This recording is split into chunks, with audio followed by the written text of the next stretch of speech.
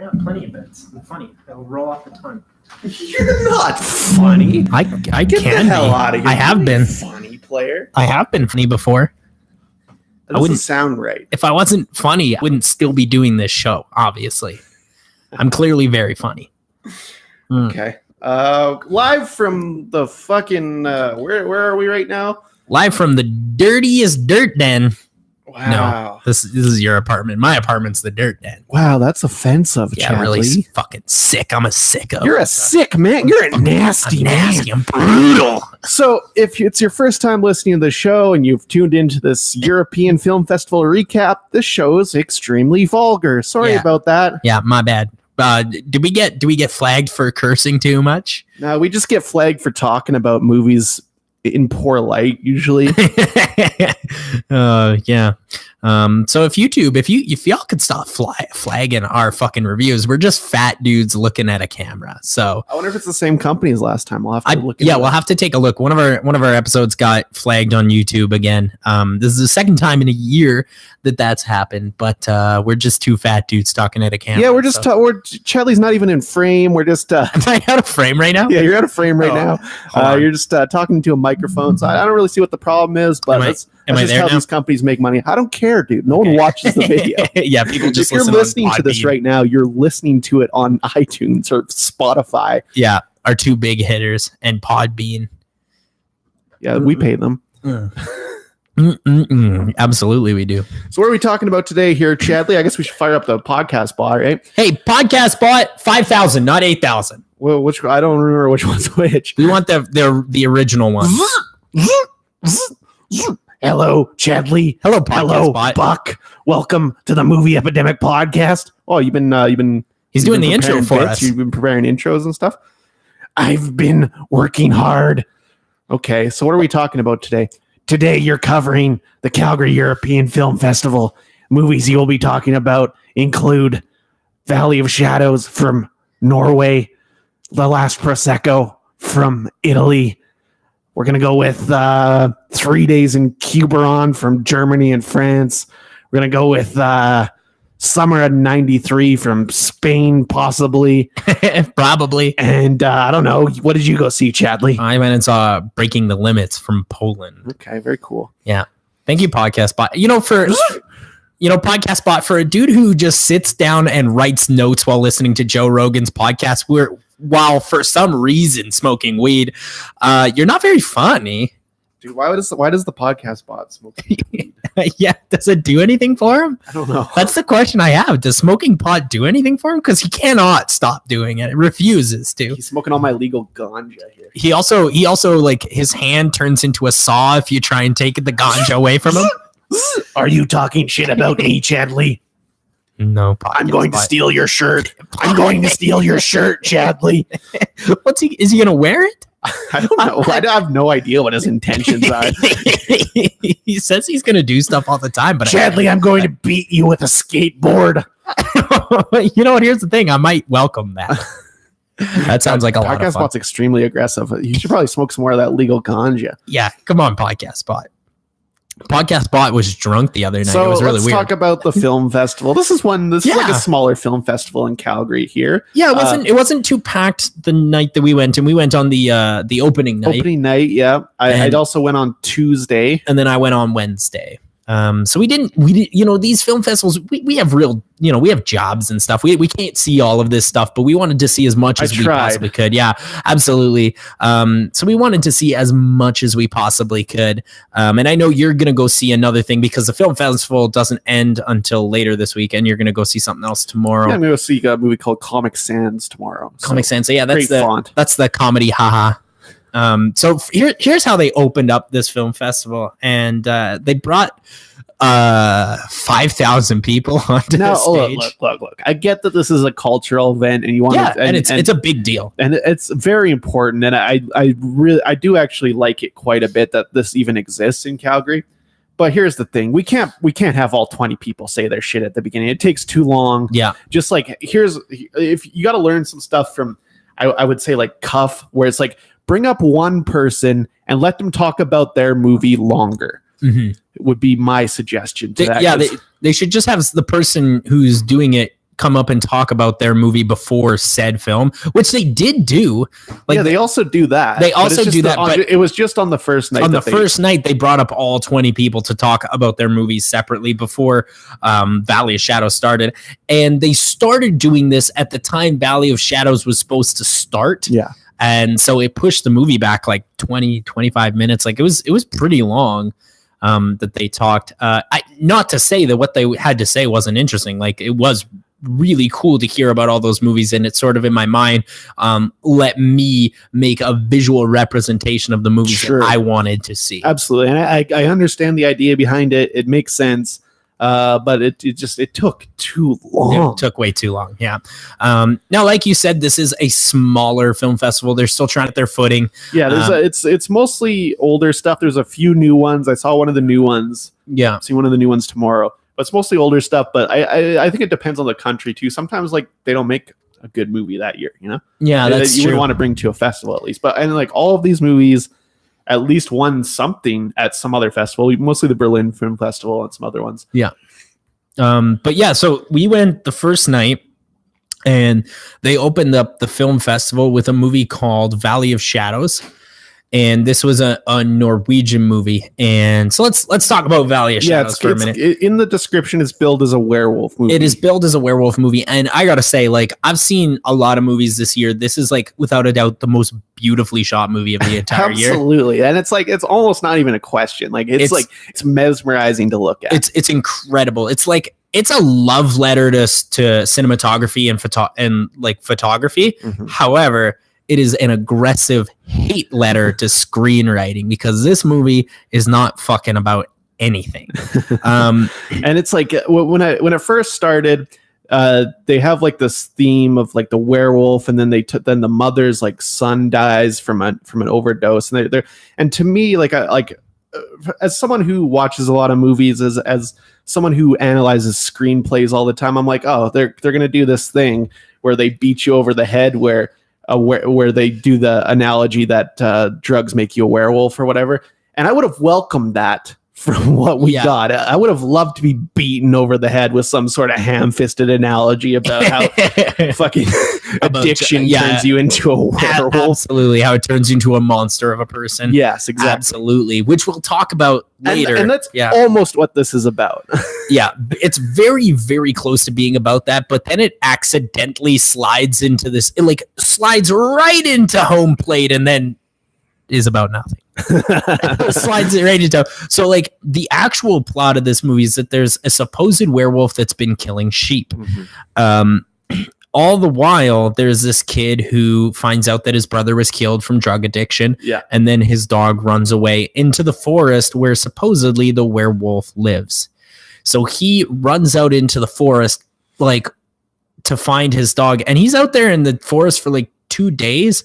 No peril. Not even like a moment of peril for this character. He's really just out there. And like, there is like a 30-minute segment where it's just different shots of him walking past trees. Yeah. And I mean, it does look pretty dope. It looks great, especially when there's a scene where he gets in the boat and floats down river. That's amazing. Like, it looks fucking unreal. Like when they first roll up to it's my favorite shot in the movie. It's when they first roll up to the forest and it's like, it's really windy and it almost looks like, and the way they use perspective, whereas like the kids are really small and you just see this giant mound of trees moving almost like the ocean because it's like blowing in the wind. It's so well shot. It's unbelievably well shot. Yeah, and it's like it's really there to show you just how vast and how terrifying this space is. And as an audience member, you're like, somebody's going the fuck in there. Somebody's going in. But it does take so long. And I remember what's the dog's name? Like it was something crazy. It was something that was like not a name. It was like rough it was like rough or it was some like really weird like rap. That's what it was. Yeah, it was rap. I knew it was something with an R. It was like something really short with an R. The dog's name was Rap. And I'm like, yo, that's pretty dope. what a fucking hero. Yeah, Rap is absolutely the hero of the movie. But we'll talk more about Rap and that character and how they conclude that storyline. So the idea is the little boy goes into this magic evil forest to find his dog. And he sort of wanders around, and then mind you, this is like 50 minutes in. Yeah, like this is 50 minutes in. You guys, you have no idea how much I felt like my time was being wasted. They did not give a shit about my time. And it's my favorite thing about all these movies is they introduced every single one of them, introduced the movie as this movie is very European. Yeah. And that's code for it moves slow as shit, but it's going to be shot wonderfully. And the actors are going to be good. Yeah. And the actors are good. They're good. And it's like, there's just like, it's weird though, because there's like so many shots of him just like with no shirt on. And you're like, is this a Bryan Singer boy party? This is a Bryan Singer boy party. We'll talk more about Bryan Singer boy parties when we get to later in this film, because there's a scene that might be a Bryan Singer boy party. That's true. It's actually a Bryan Singer boy party. So he's wandering through the woods for like 2 days. Clearly everybody's looking for him. People are worried. And then he comes across this shack. And then there's like, oh, by the way, there's like these weird shots in this movie that like never end up being about anything, where the kid is drawing pictures of the shit he sees. And that was just ended up being about nothing. That was not about anything. It was just to get a good shot of the kid drawing, I think. Well, here's how I interpreted that. Okay. Because when he draws it the first time, it's him and his brother, right? Yeah. And then when he draws it at the end, it's the same character, but in the house. Yeah. Okay. So it is. So they're trying to be subtle about something that was not subtle. But they had so many other opportunities to make that more clear.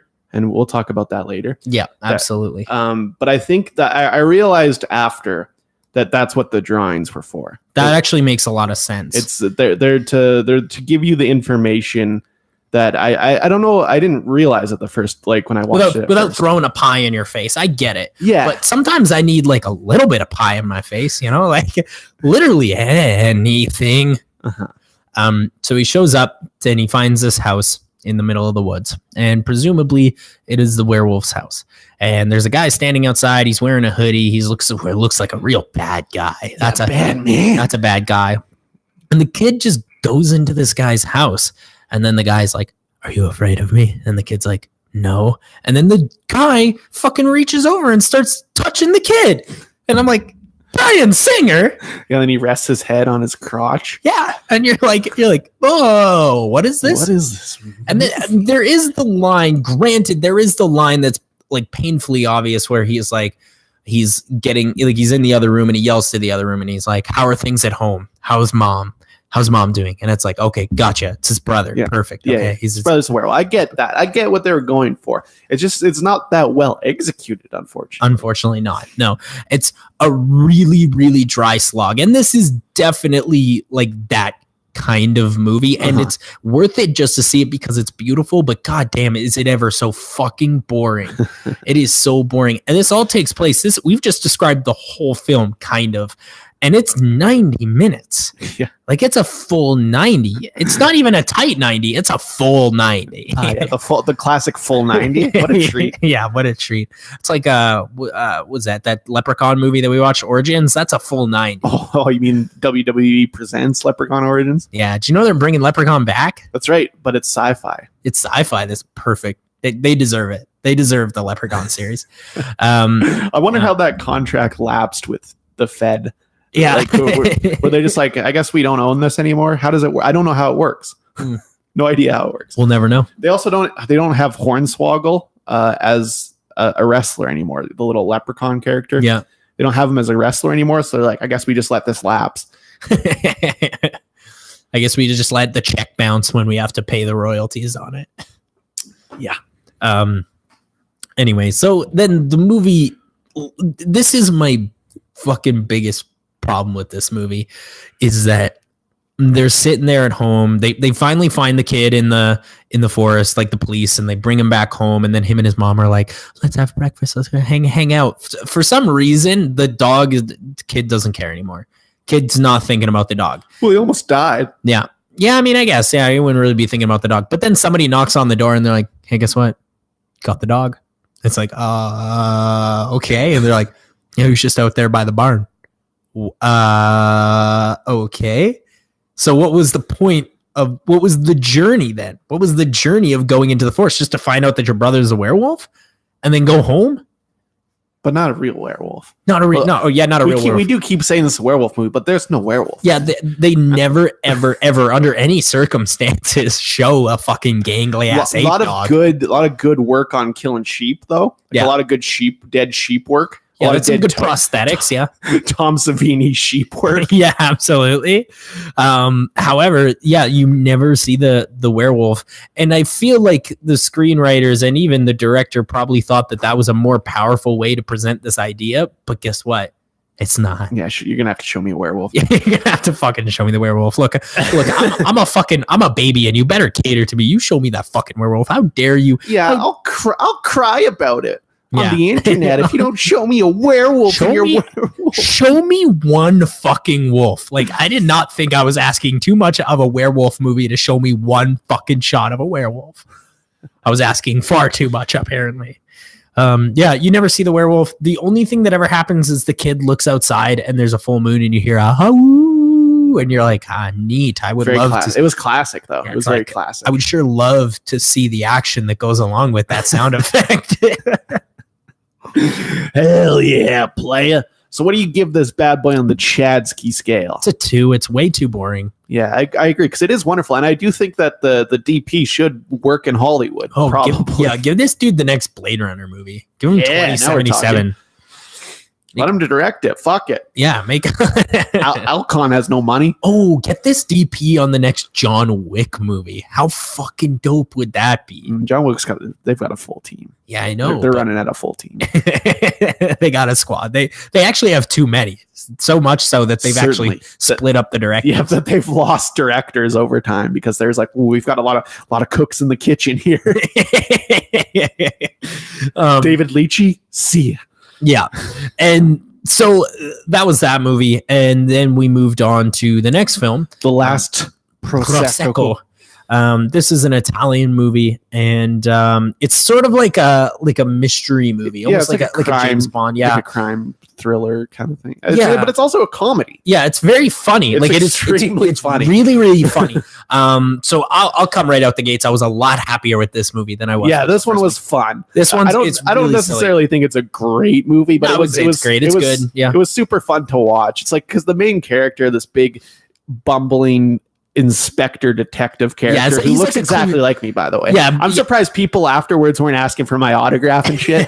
Yeah, I did note that as well. I was like, why are you in this movie? I turned to you, I'm like, I don't remember being in this movie. I also don't speak Italian at all. Yeah, it does. It looks exactly like you, which is comical and fun. He's fat though. He's real fat. Yeah, he's real big. Fat. He was wearing all those jackets and they were tight. That's a classic bit. Yeah. He kept trying to, because somebody told him that he should buy a new suit jacket, so he kept trying to buy jackets, but he was too fat for all of them. Super funny. A classic bit. There's even like a classic scene where someone's like, "Where'd you get that jacket?" He's like, "Tall and slim," and he's like, "Should keep the receipt." It is a funny movie, but realistically, let's talk about what this movie's about. You have the main sort of, I guess, even protagonist or antagonist, because like the antagonist of this movie dies right at the beginning. Oh yeah, and he remains the antagonist for the duration of the film, despite the fact that he's dead, which is great. Because what this guy did is that he was pissed that the local factory the cement factory was polluting too much of the air and ruining his vineyard. Yeah, and so this is about wine. It's about Prosecco. Probably not a real he set up people to murder the people who work at the cement factory after he was gone, but make it look like he did it. And which is a neat idea. That's cool. That's good really, idea. really good cool. idea for me. However, the first person you suspect to be the actual murderer is the actual murderer. That's what's like, and they do too much foreshadowing right off the bat, because like almost immediately you like, because there's the girl that they try and swerve you with. Yeah, I'm like, baby, I ain't getting swerved. And then the next person you meet, his housekeeper or whatever, it's just like hangs on this picture of her son, right? Yeah, for like 30 seconds, and I'm like, well, she did it. Yeah, there it is. She's definitely the one who did and it. It's one of those movies where I would like to follow along with the process of the detective, because I think that's fun. Because he never really makes any big scores in this movie. No, even like that scene later in the film where he's at the graveyard and he's like, I think I've got it. And it's like, and that's a stretch, baby. And I'm sitting here and I'm like, keep up. You fucking guy. I'm like, we knew this shit 45 minutes ago, player. But yeah, it is fun to see sort of like this bumbling new inspector, absolute buffoon, sort of go through the motions. Because he is a good, like, extremely relatable character. Yeah, he's awesome. He's very well written. He's very likable. And this was a dialogue heavy movie, and Italian Absolutely. movies are generally pretty dialogue heavy or have zero dialogue. but this one was great. Like, I loved all the dialogue. I thought it was like tight and hilarious all the time. Yeah, I was laughing a lot. Just because like he was just stumbling over his own feet so much, and that is the bit. That is the one bit that's in this movie, but it will carry you throughout the entire duration. Right. The main guy's amazing. Like he's so good. Yeah. But then the guy from the beginning who is like the vineyard owner who dies, also fucking incredible. Yeah, I wanted more of him, to be honest. Like he was a great, just like a surly old Italian guy. Yeah, like a suave, like he was Italian like Italian Bill Nye. Yeah, that's like pretty good. Only like because he's Italian, so he's like cooler. Yeah, way cooler. Like he's like a leather jacket type guy. Yeah, it's like a leather jacket Italian that's like very smooth, and like he's like a fun uncle that you would hang out with, like your fun Italian uncle. Well, my favorite thing about him is that he ran this world famous vineyard. Yeah. And he didn't give a shit about his own label. He'd literally tear the label off and write like "getting drunk with a hot lady," like, and just like write down like what he was doing that night getting drunk. Yeah, it's funny because there's a few like extremely fleshed out characters in this movie, and then just a bunch that don't matter at all. Yeah, and those ones that don't matter at all are really just peppered in to sort of try and get you off the scent of who the real murderer is. But man, it's just like don't. You already gave me so much background on the other four characters in this movie that like I don't care about anyone else, and I know they don't matter. Yeah, I agree. There's another thing about this movie that I gotta say I'm not a big fan of, is that there's like a shoehorned almost romance story in this, where he like falls in love with like the daughter of the vineyard owner, but like only kind of. Yeah, and then at the end she's like he drops off the dog and is like, this is your dog. This belonged to your father. And then she's like, are you going to come and visit him? And it's like, why do you, a hot young Italian lady, want to fuck this fat guy? he's a charming, bumbling idiot. Yeah, that's true. You're a fucking 400-pound man that's constantly fucking. This is a weird conversation for you to be. Yeah. You know what? Fair enough. Yeah, no, I like this movie a lot, though. I think it's very funny. It's again incredibly well shot. They do some great drone work over over the vineyards, over like the church and the graveyard there. Mm-hmm. Holy shit, that looked good, dude. Well, and the rolling hills of Italy, I love drone work. The rolling hills of Italy are just fucking gorgeous, especially that region too, especially like that southern wine region. God damn, dude, that's nice. It's fucking amazing, dude. This is a really fun watch. Yeah. I'm gonna go out on a limb. I'm gonna say 4 stars on this one. I think it's a really fun watch. I agree with that completely. I had a blast watching this movie. And I don't think it's perfect. But I think it's definitely worth a watch. It's one that would have went under my radar for sure. And I think this one was from 2017 too. Both these were from 2017. Yeah. The one I'm going to talk about later is also from 2017. 2017. Yeah. The next one I saw was 3 Days in Quiberon. Yeah, I didn't see this one. And that's German. It's German and French. German and French. It's got a lot of both in it. It's about this famous German actress, Romy Schneider. Right. Okay. Yeah, I've heard of this. I didn't see it, but I don't know anything about her. I've never saw her. I didn't see her movies. I'm not German. I don't speak German at all. I am German by heritage. I don't speak German at all, though. Yeah. My grandfather probably knows about Romy Schneider. Yeah. I'll have to ask him sometime. But yeah, this movie is like straight out the gate, very European, shot in monochrome because why not? Right? It's black and white. It's black and white, kind of. It's monochrome, but like with a little tinge of green or something. It's like sepia almost. It looks good as hell. That's for goddamn sure. And this is a movie that's extremely hinges on the amazing performances, especially as the Romy Schneider character, and then also the people that interviewed her right before she died. This is what it's about. She's in rehab, and she gets interviewed by these two reporters from Germany. One's her old friend who's the photographer, and then the actual journalist who's doing the interview. He's like a hard-hitting, like surly German, and he like really hits her hard. And this one fucking real fucked me up, dude, because it's a movie about depression, and it's like it really shows both sides of like depression, like the outgoing side as you're trying to mask it, and also the intense like shut down. Yeah, there's just not wanting to talk to people, the sleeping all day type stuff.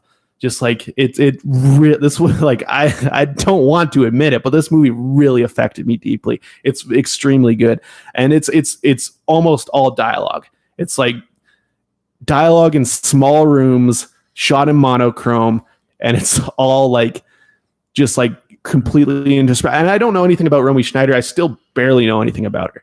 It's not really about that. It's more about her struggle in the last like week of her life. Wow. Right? And then it does one of these things where, because she's going to die. That's is this a 2018 film? Yeah.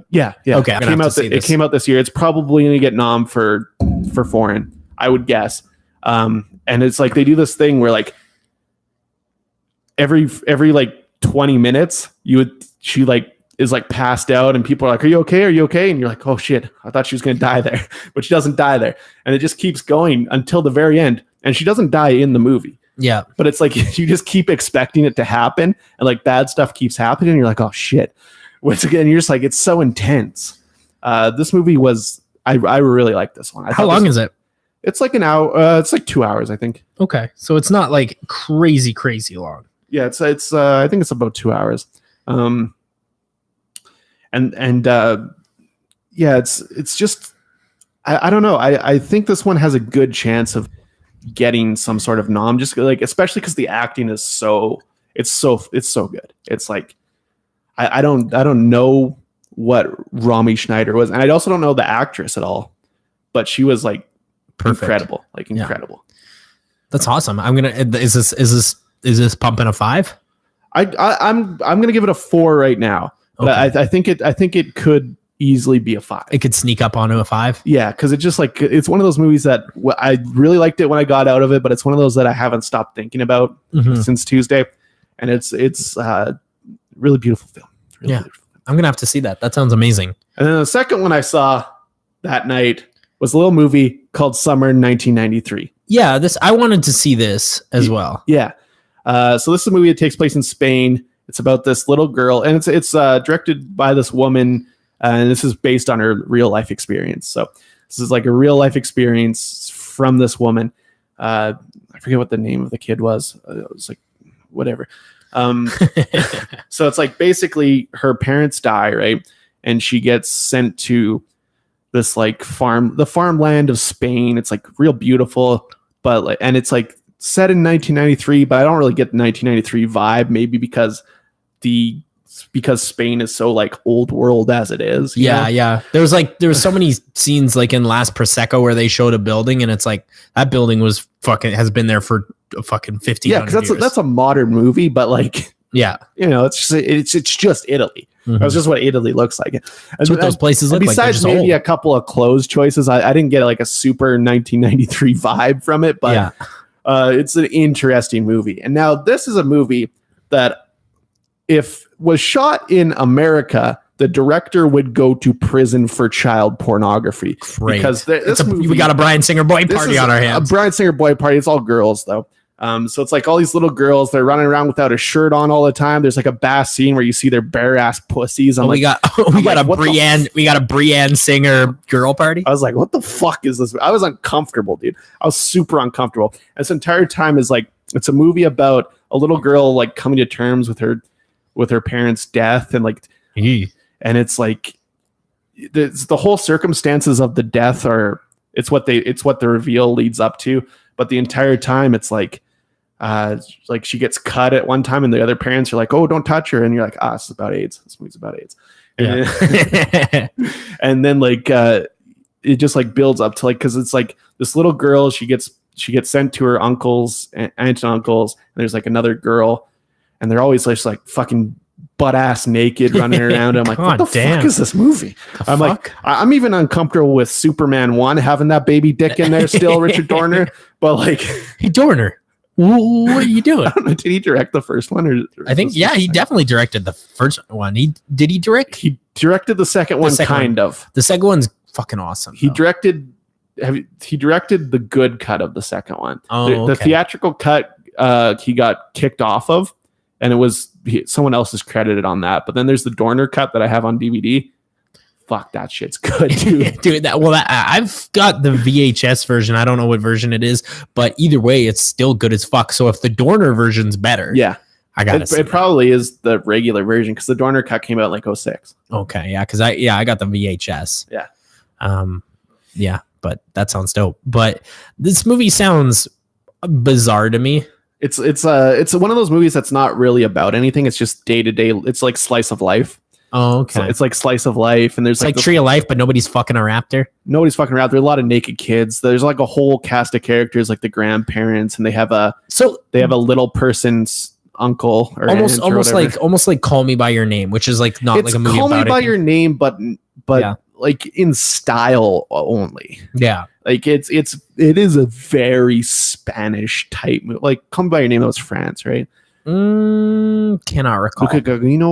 What is he? Where's he from? Is he from Spain? No, I think he's from Italy. Italy, yeah. I think it's an Italian movie, actually. Yeah, that makes sense. Yeah, so the movie's pretty good because he's remaking Suspiria, which is super fucking Italian. Yeah, yeah, the most Italian film, dude. We're gonna go fucking see that first night. That's I'm actually excited to see that. Yeah, me too. I love the original film. Yeah. Do you? I've never seen it. I'll watch it. It's good it's good as fuck. It's really weird. There's some really good imagery in that. I like Dario Argento. I like Deep Red. It's one of my favorites. I've never seen Deep Red. You gotta watch Deep Red, dude. That one's fucking wild. That's like Italian Psycho. Italian Psycho. I'm in. Italian Psycho. I'm super fucking amazing. So this movie's like I liked it okay, but it's like it's too much about nothing, even though it's more about the experience. It's more, and it really does feel like a real person's experience. What's really the conflict in this movie? Because it sounds like her parents die and she's trying to come to terms with her parents dying, which I guess is the conflict. Yeah, is there any external conflict, or is it all internal? There's some external. Like she has a hard time accepting the other girl and the parents, right? Like she starts calling the mom and dad and stuff, right? Yeah, and then like she's just asking questions about her old mom and stuff, and it's like it's hard to watch, dude. That's tough. But it is a good movie. I don't know if it's that well executed, in my opinion. It's just like it's also too long. It's like a little stale. It's just a little slice of life, you know. Yeah. And I'm like, I'm fine with that if it's 90, but this is like 150. Just a touch too long. Yeah, just a nanosecond too long. But yeah, other than that, I liked it. Okay. Where do you land this on the Chadsky? Maybe like a 3 or 2.5, somewhere around there. Okay. All right. Yeah, that's fair. So then on Wednesday, I went to see the Polish movie, which you were going to come see, but didn't roll up. No, I didn't get home till like 8, and I'm like, well, it starts in 15 minutes. I don't think I'm going to make it. Yeah. So. But okay, so let's talk about what's this movie called? I've already forgot. Breaking the Limits. This movie's fucking really good. Yeah. It's really cool. Good. There are some problems that I have with it. However, I want to disclose this before I begin my review of this film. A lot of the problems that I have with this movie are exempt due to the fact that this movie is based on a true story. So this is a dope. This was begging for a fucking biopic because it's the most biopic of all time. So essentially what this movie is about is you have this guy, Jerzy Gorski, and he was a raging heroin addict. Raging, like he was living in crack dens, like he was a huge heroin addict, like fucking scabs on his face, like his friends, nasty. His friends were dying off one by one, and he would like do heroin to hell. And like this is like the first 45 minutes of the movie is this guy struggle with heroin. Yeah, dude. Heroin movies are tough. Yeah. And it's like, it's not like Train Spotting where it's like funny heroin, when they're doing funny heroin in that movie. It's like only knows type shit. Yeah, it's that shit. It's like the uncomfortable look at that brown liquid enter that person's body, like that type of heroin movie. And he's doing heroin with with his girlfriend, and then his girlfriend's pregnant, and like it's just fucking horrifically miserable. And then this dude, essentially what happens is that he almost ODs, and like he tries to, like he's trying to OD, and he almost ODs, and he wakes up in the hospital. By the way, this dude's in the hospital like fucking 7 times in this movie. Like it's a lot. And then when he wakes up, he decides that he wants to get clean. So he goes to like a halfway house, and he lives in this halfway house with like these super strict rules. And if you fuck up on their rules, you have to shave your head. And he lives in this halfway house for like 2 years. He gets clean, but all the while he's training. And this is absolutely true. This dude went from being a heroin addict to becoming a triathlete to becoming the world champion triathlete. Interesting. Which is really, really inspiring. Like just to see how you can go from the lowest low to the highest high. But the big point of this movie is that people would keep saying things like, you did it, you beat your addiction. And he's like, no, I didn't. I absolutely didn't. I can't look at myself in a mirror. Like even today, like you see me, I'm a world champion triathlete. This is something I'm going to struggle with forever. Like this is like about how addiction doesn't end once you're quote unquote clean. Right. Like it's addiction is there for your entire life. And that's really what this movie is about. And it's really powerful. However, there are some things I don't like about this movie. I do think this is a really good fucking movie, but there's a few things I don't like. Number one, there's like his mother character who's taking care of him, like pretty much the entirety of the movie, and it feels like they're setting the mother character up to do something, and then like she's just not in the second half at all. She's not at all. She is gone. She disappears. And they never explain, like, she doesn't die or anything. She comes to visit him in the hospital, and then she see like later in the movie, because he gets hit by a car, and she comes to visit him in the hospital, and she just looks in and she sees him in the room, and then just leaves. And it's like, well, what's this fucking shit about? Like, she was the first one trying to get him clean. What is this shit? This movie also is a little over encumbered. There's a lot of characters in this movie, and again, how long is this bad boy? So this bad boy is about 1 hour and 50. And again, I excuse it because each character is important to the actual story. Yeah, but real people, right? So it's like you got to get them in there somewhere. You got to get them in there, but man, there's just so many fucking characters. I don't mind a biopic though when they're like take a few liberties, like cut out some characters, like or combine them. They do that a lot. Combine characters, I really like that. But there's like the main guy. There's his coach. There's 2 guys who run the halfway house for some fucking reason. And like I can never tell which one is in charge because they both seem to be. And like one of them's like really smug and young and looks like Will Forte. Polish. What a boy. Yeah. And then the other one's like a really old dude who's just like, listen here, if you're gonna be in the halfway house, you're gonna follow our rules. So you got those 2 guys. You got like 3 people who are on the board for like because he has to join a club to become a triathlete, and so there's 3 people on the board who are trying to fund to send him to the United States to be in the Ironman championship. Then there's like the ex-girlfriend who is like the one who got pregnant and had the baby. There's the kid because he has a kid. But then there's the grandfather who won't let him see the kid. And the grandfather is the weirdest character of all because he's like, every time he sees this guy, he's like, next time I see you, I'm going to fucking kill you. If you ever come near my family again, I'm going to beat the shit. But also I'm your dad. And then later in the film, he's like, look, here's the dealio. You don't like me. I don't like you. But guess what? I'm your dad. I'm your dad. I'm your dad. I'm paying for your trip to a United States. I'm your dad. I'm your dad. Yeah, he's like Sam Elliott in any movie where he rolls up and he's like, hello there. I'm your dad. Yeah, like it is like that. He is like, I'm your dad. And then like there's the ex-girlfriend who is the pregnant one. Then there's a new girlfriend. All right. Who's like the nurse. You've lost me at this point. Yeah. You've had to stop counting on your fingers. There's too many characters. I've gotten to so many that I ran out of fingers and had to start a new hand because there's so many motherfucking characters in this movie. And then there's like the dad who beats the shit out of him. I like that guy.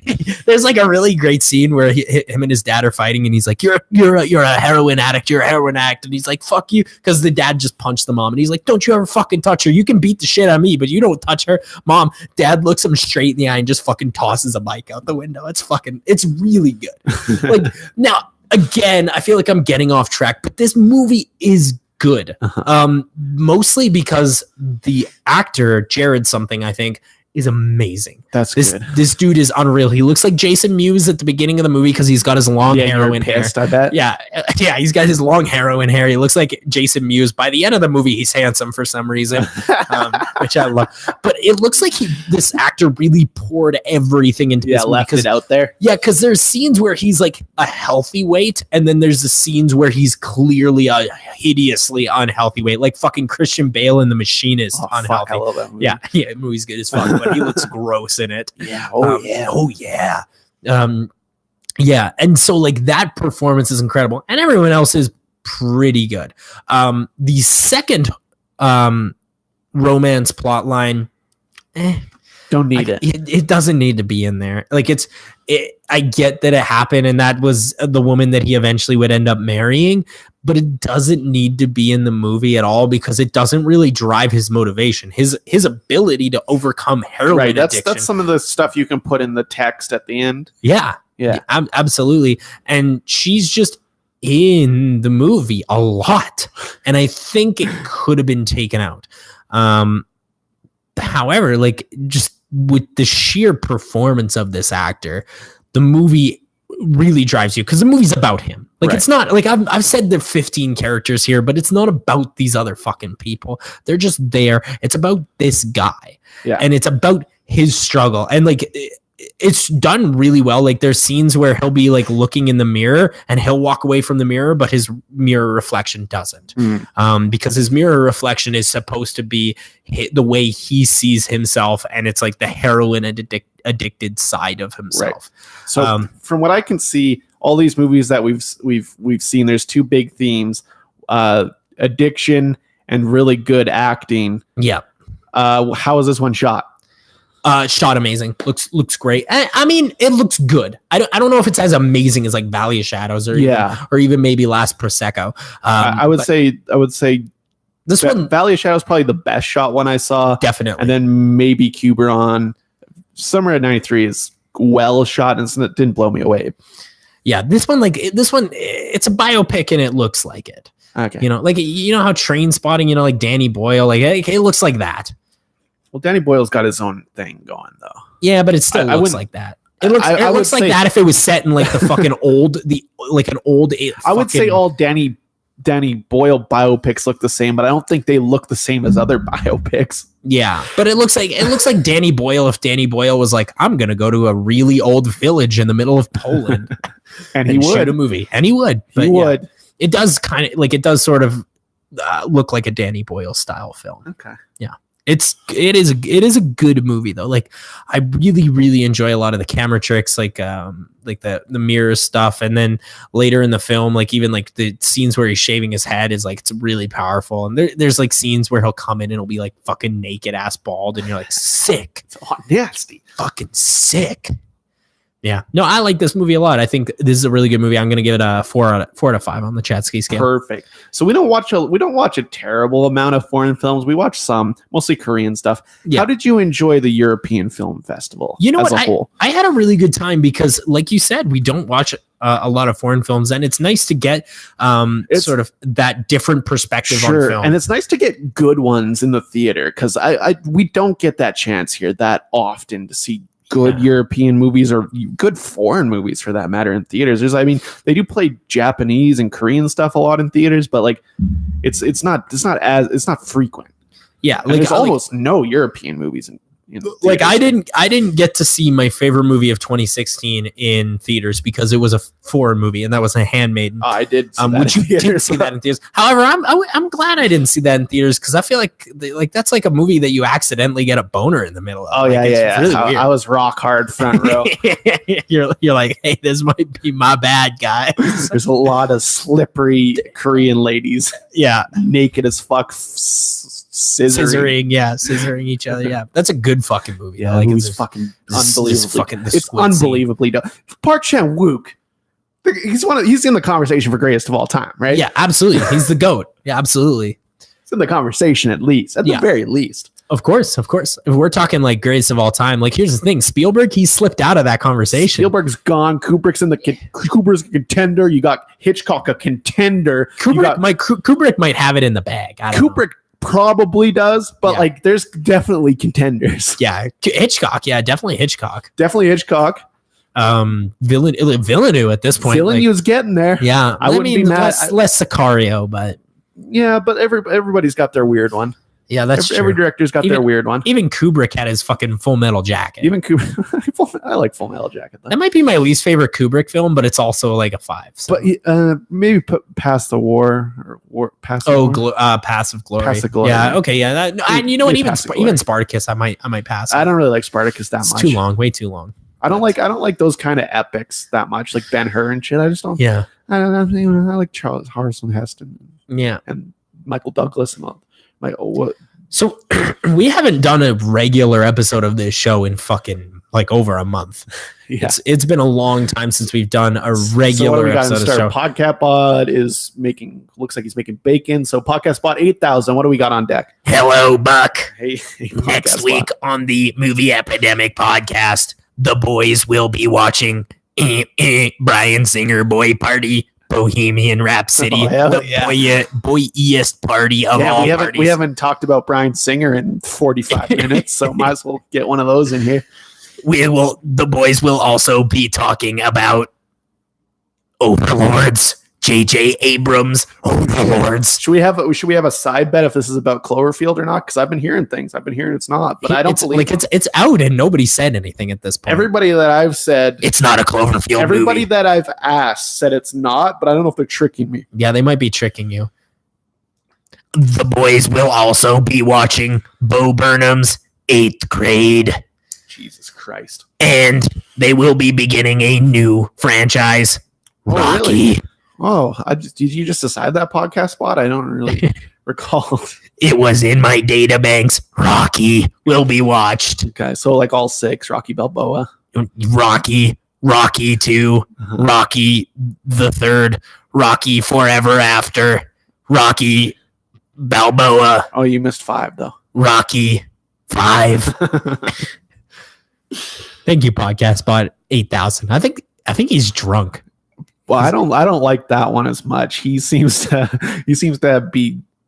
has some sort of deep-seated hatred towards the pod. I don't know. He doesn't like it. Here's Podcast Bot 5,000 listens to the show, dude. He likes the show. He's one of the downloaders. He doesn't like you, it seems, but it seems like he likes the show. Whereas he seems to want me to fuck him, and I don't know why. Yeah. Oh God, he's coming over here.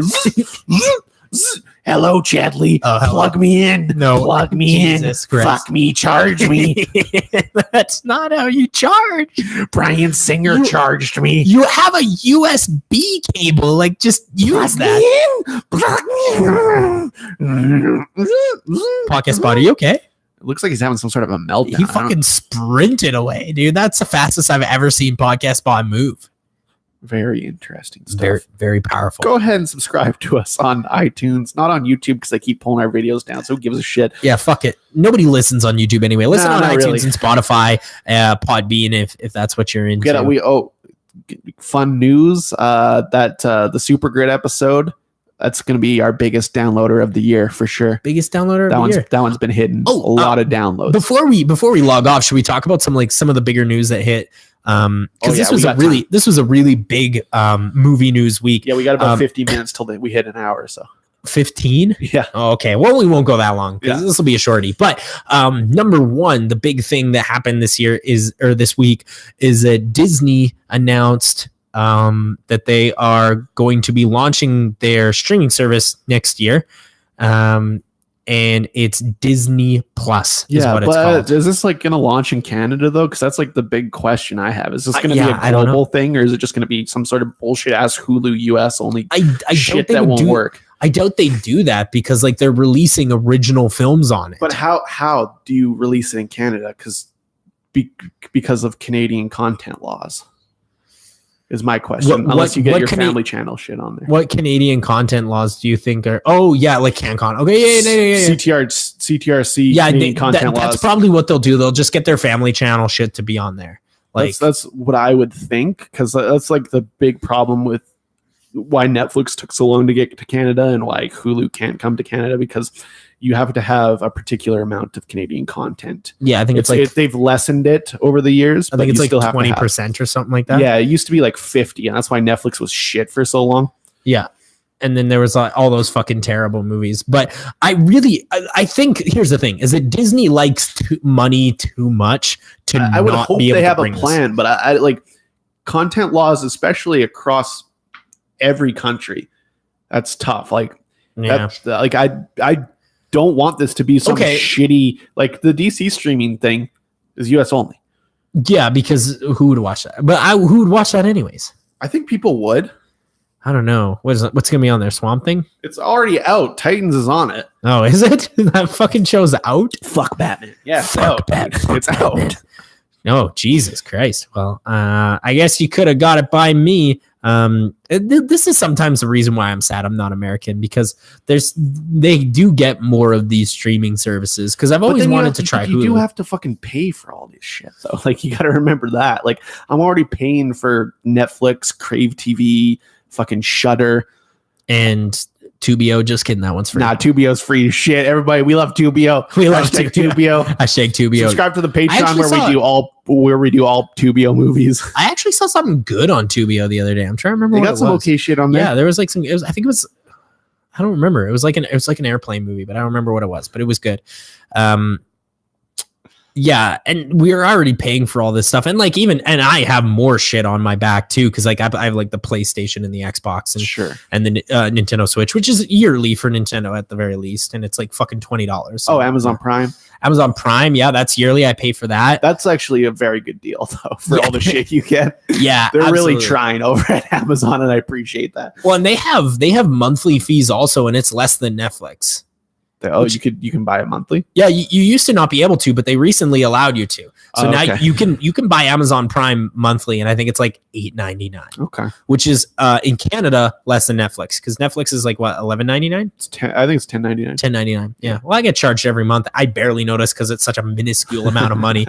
But yeah, Amazon Prime, you can do that monthly now if you want to. I still do it yearly because it just makes more sense. Yeah, and you save like $40. I still get the student discount, so it's like $50 a year. Oh, you fucking guy. And it's like I have barely any school left, but I re-upped it for another 4 years. Hell yeah. But yeah, I would still I think I would still pay for the Disney Plus. I think like if Disney Plus came, I would still pay for it. I pay because here's the thing is that I canceled my cable last year. Yeah. Like I canceled my cable. So you have that $80 surplus every month. Yeah, I got that $80 surplus. I still have $80 worth of streaming services. Yeah. Well, I also, yeah. So yeah, exactly. If you have $80 worth of streaming service, that's worth more than cable fucking far and beyond. Sure. Now, speaking of streaming services, now this one's sort of for our Canadian listeners, but it's something that sort of pissed me off. Is that something you brought to my attention? Is that Crave TV is splitting off into two separate? Yeah, they're launching a premium tiers. service. Yeah, and so they gave us all the HBO shit, and they're like, "Hey, check out all this HBO shit," and we're like, "Oh, that's fucking awesome that you guys got." Yeah, because you can't get HBO. Like, we don't have HBO Go in Canada. That's another streaming service we don't have. Yeah. So it's like this Canadian company sucked up all the Showtime and HBO. Great idea on their part, by the way. Really smart. Like, I'm surprised Netflix didn't get to it first. Well, HBO didn't want to sell to Netflix, and that was the problem. Yeah. Okay, but they sold to Crave, which is great because I've been watching Game of Thrones on Crave. That's perfect. Yeah, I've been watching Curb. Yeah, I've been watching Curb. Ballers. Ballers is amazing. I just watched Vice Principals with Danny McBride and David Gordon Green and Jody Hill. Is that good? fucking awesome. Yeah, Two seasons, but I think awesome. Eastbound and Down is on there too. I've seen that, which I love that show. There was something else. Ballers was the big one. Yeah, it's the same guys that made Vice Principals. It's like it's the same guys that made Eastbound. Eastbound? Yeah, That doesn't surprise me. Yeah, because James or whatever his name, David Gordon Green, Jody Hill, and Danny McBride. Danny McBride. Yeah. So they recently put all this HBO shit on Craven. I'm like, perfect, because I have nowhere else to see this. This is great. But now they're like, hey, we were just giving you a taste test, you cocksuckers. So now they're done. If you want to keep the HBO stuff on your Crave No, TV, you still get this current HBO stuff. It's just new seasons. So like once the series finishes, it comes to regular Crave. But like stuff that's airing, like Westworld, Game of Thrones new season. Oh, okay. I take it back. That's actually worth it. Yeah, it's okay because then you don't have to it. have HBO, right? You can just pay $20 a month for this service. Yep, there it is. And that's worth it. I actually don't think it's that bad. They have all these new movies, and they have like Fahrenheit 451. They have all it's all new movies because it's partnered with the Movie Channel too, which is a 24/7 movie channel. Yeah, I've Canada. seen the Movie Channel. Yep, and you get a live stream of it. Plus, you can watch all the movies on demand. So you get 3 live streams of Movie Channel 1, 2, and 3. You get live streams of HBO 1 and HBO 2. And then there's another live stream of something. I lied. This is the most worth it thing of all time. I'm not pissed anymore. It's specific. It's a specific service that I don't know will make its money because of the high price point, but it's a premium service that does have an audience. I think once Game of Thrones season 8 starts, that's going to be very, very popular. Yeah. I think in Canada specifically, because now there's a way to watch Game of Thrones as it airs in Canada without fucking owning HBO. So you don't have to have 19 people fucking crammed into one dude's apartment who for some reason did the dumb thing and paid the $9,000 for HBO. No, that's perfect. Actually, you know what? I take it back. That's great. And once Game of Thrones airs, because this year I don't really have a place to watch the new season of Game of Thrones. Well, you can buy it for like a couple months or whatever. Yeah, you can buy it like I think it's like on PlayStation. You can buy it where it's like you pay like you can do this with Better Call Saul, and I did do this with Better Call Saul where you pay like $40. Yeah, for like the season or whatever. For like the season, and then when the episodes come out. This is better because you can just buy a few months of Crave TV Premium. And then watch it. We're not sponsored by this, by the way. Yeah. I didn't even know we were going to talk about this. I feel like this feels like branded content almost. Yeah, this might be my bad. This is a fun hack where you just buy it for the Game of Thrones months and then watch as much shit as you can and then cancel that cocksucker for a while. That's perfect. Until the new Westworld comes out. Let's talk about something really weird that happened this week. Hell yeah. AMC went fuck wild this week. Yeah. They announced that they're going to be ending Walking Dead because they took Rick Grimes off the show, and you're like, oh, too bad. And they're like, well, don't worry. The reason we took him off the show is because we're making a fucking trilogy of movies about Rick Grimes. Oh, okay. Trilogy of films. And you're like, okay, that's weird. I get it. That is weird, though. And then they're like, we got another one, really weird announcement. And it's like, all right, hit me with it. And they're like, what if we make a sequel film to Breaking Bad about Jesse Pinkman right after he leaves the compound? And my question is, why are they trying to get into movies? I mean, I get that they're the American movie channel, but they haven't produced a movie in maybe ever. I don't know. Yeah. Do they make movies? Yeah, and like you have these amazing TV shows, and I like Breaking Bad, Walking Dead, Mad Men. I know you're not a big fan, but I like Better Call Saul. I like it okay. I just don't think it's like that good. I think it's good. But a movie. The thing is that the Better Call Saul works because it's a prequel. Uh-huh. The Breaking Bad sequel movie about Jesse leaving the compound. I don't know. I think the show ended great. Yeah. Like I think it ended perfectly. It seems unnecessary, right? Yeah, it feels like the end of the show didn't give you very much closure, and I think that's important to the impact of the show. Why are you trying to give me closure on this? Like they never tell you if Walter White is dead. Like that's one thing that I feel like a lot of people neglect, because I read a lot of articles about Breaking Bad and theories and stuff because I like the show a lot, and everyone's like, one thing to remember is that Walter dies at the end of the series. No, he motherfuckers, he doesn't. He presumably does, but it's never confirmed. And that's why it's good, bitch. Yeah, that's why it's good as fuck. And that's why Vince Gilligan wrote it like that, bitch. Yeah. And now Vince Gilligan's like, I'm going to write a TV show, or I'm going to write a movie that takes place right after Breaking Bad. No, motherfucker. You're saying to me that you're just going to take Breaking Bad and just staple on another episode. That's what you're saying to me. Yeah. And you don't need it. Yeah. You don't need it because TV writing and movie writing is very different. Because every episode of a TV show doesn't need to have 3 acts. But a movie has to be structured in a completely different way than Breaking Bad was. Gilligan wants to write and direct it too, right? Which I think is a plus. But has he directed anything? Well, he's directed episodes of Breaking Bad. Okay. He's directed episodes of Breaking Bad and good ones too. I mean, there's very few bad episodes of Breaking Bad, but there's a lot of fucking amazing directors on that show that are all famous now, by the way. Yeah, the fucking, what's his name? Who is like he does all the Game of Thrones shit too. He directed a bunch of, and fucking Rian Johnson directed the Ozymandias episode, which is the best episode of that show, bar none. That's true. Too bad he couldn't keep up that streak. Hey? Yeah, too bad he fucking ruined. But right, we gotta wrap this up. We gotta go hang out with Ian. So. Yeah, we gotta go hang out with Ian. He's fucking coming out of his house for the first time in 8 months. He's already at our neighborhood bar, and we're not there. He's already there. Yeah, Ian's there. Yeah. Shit. Okay. Follow us on the Instagram at Movie Epidemic. You can follow us on Facebook, Punch Nerds Movie Epidemic, and follow us on Twitter at Movie Epidemic. We say a lot of jokes, and we are not funny.